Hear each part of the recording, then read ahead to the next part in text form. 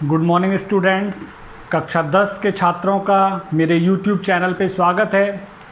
आज हम आपकी पोएम लोटस की दूसरी व्याख्या करने वाले हैं। ये लोटस कविता मैं शुरुआत से ही कह रहा हूँ, बहुत ही इम्पॉर्टेंट पोएम है 2021 के लिए।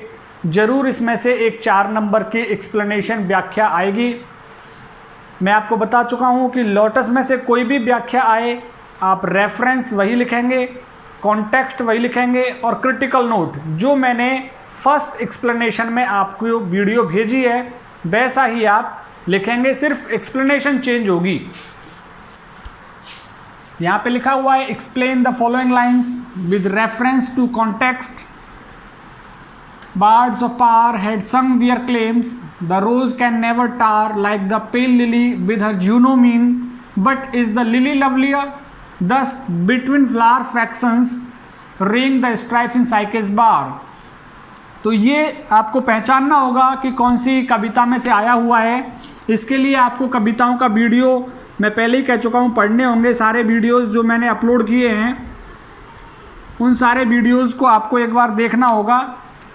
और ये जो लाइनें हैं आपको पता लग ही गया होगा लोटस में से आई हैं। These lines have been taken from the sonnet lotus.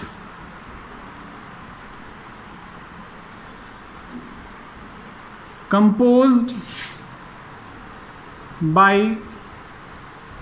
तरुदत्त। ये आपको लिखना ही होगा रेफरेंस। अब बात करते हैं कॉन्टेक्स्ट की।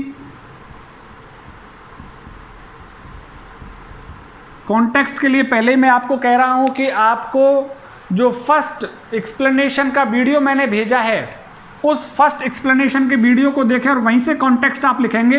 मैं यहाँ पे लिख देता हूँ English by Umesh Guru YouTube channel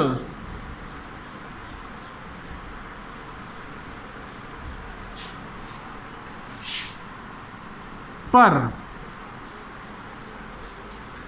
playlist में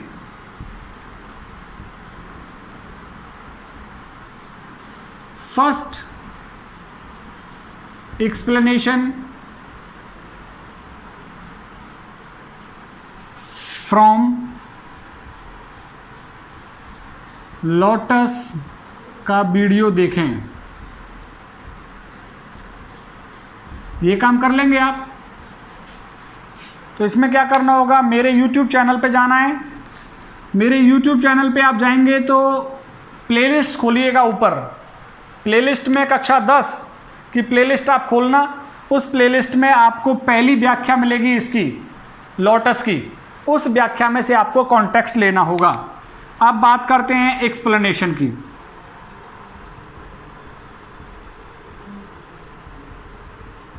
व्याख्या करते हैं दी हुई लाइनों की।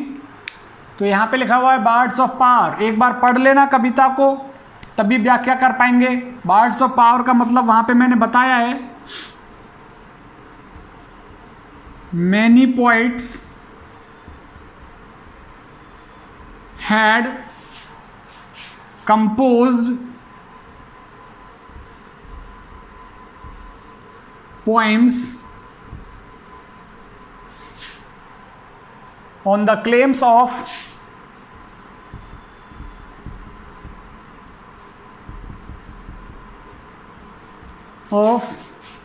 the rose and lily,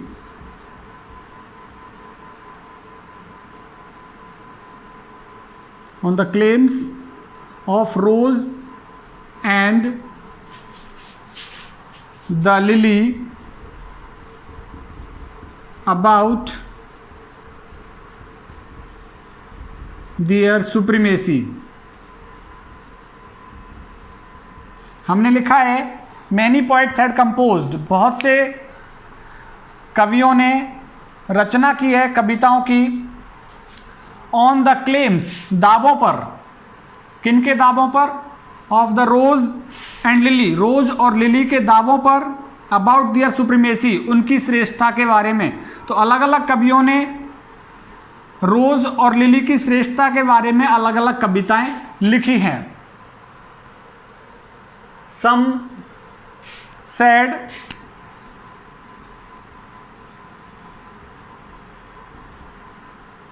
the rose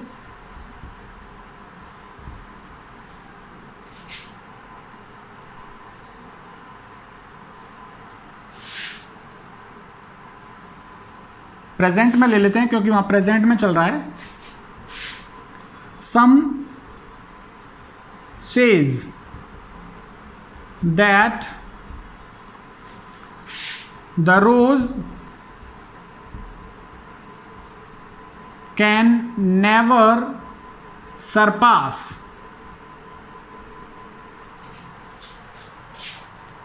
the beauty of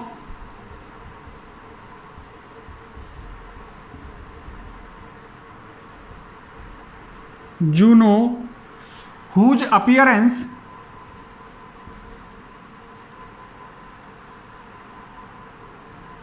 who is the beauty of Lily.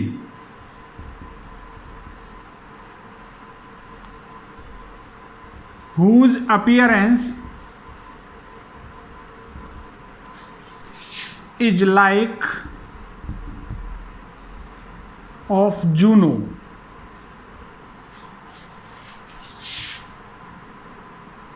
Juno, who is the wife of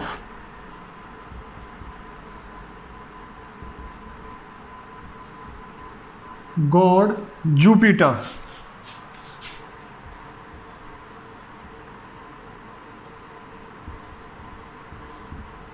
जो किसकी पत्नी है? सम सेज, कुछ कहते हैं that the rose can never surpass, कि रोज कभी भी आगे नहीं निकल सकता the beauty of lily, lily की सुंदरता से। Whose appearance,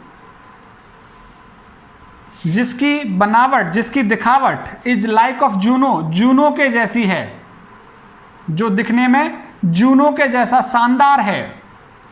who is the wife of God Jupiter, जो कि जूनो कौन है? वाइफ ऑफ जुपिटर, जुपिटर की पत्नी है।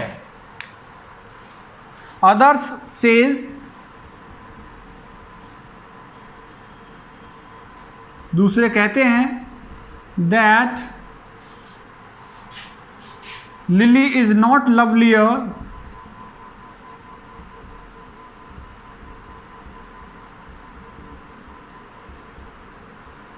देन रोज, कि लिली उतना अच्छा नहीं है जितना कि गुलाब है। सो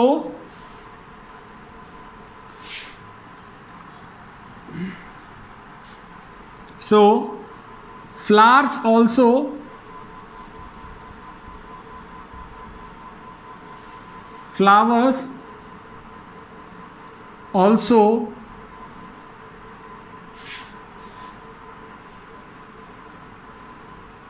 claims their leaders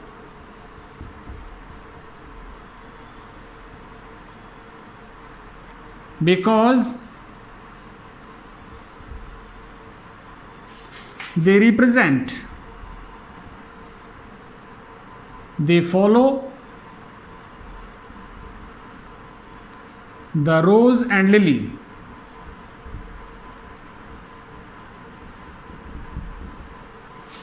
So flowers also claims, फूल भी दावा करते हैं their leaders, उनके नेताओं का, because they follow, क्योंकि फूल अनुसरण करते हैं the rose and lily, rose और लिली का, कि कुछ रोज का दावा करते हैं, कुछ लिली का दावा करते हैं। There is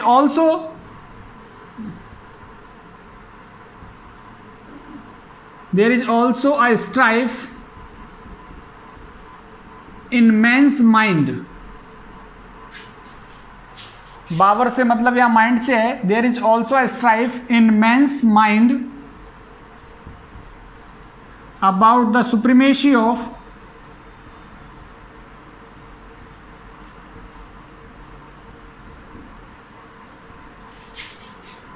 rose and lily.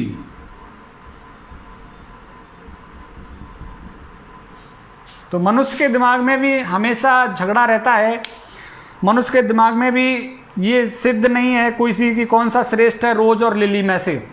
तो ये एक्सप्लेनेशन हो गई। एक्सप्लेनेशन के बाद मैंने कहा था अब अपन को लिखना है क्रिटिकल नोट, और क्रिटिकल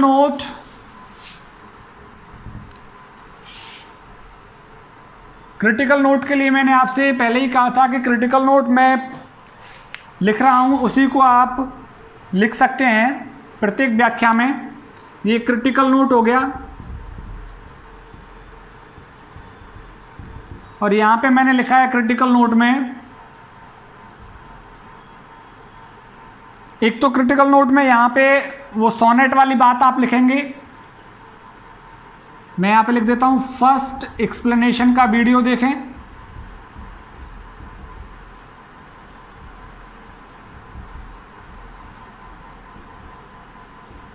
फर्स्ट एक्सप्लेनेशन का वीडियो देखें, और एक पॉइंट जरूर इसमें से मैं लिखूंगा, सिमिली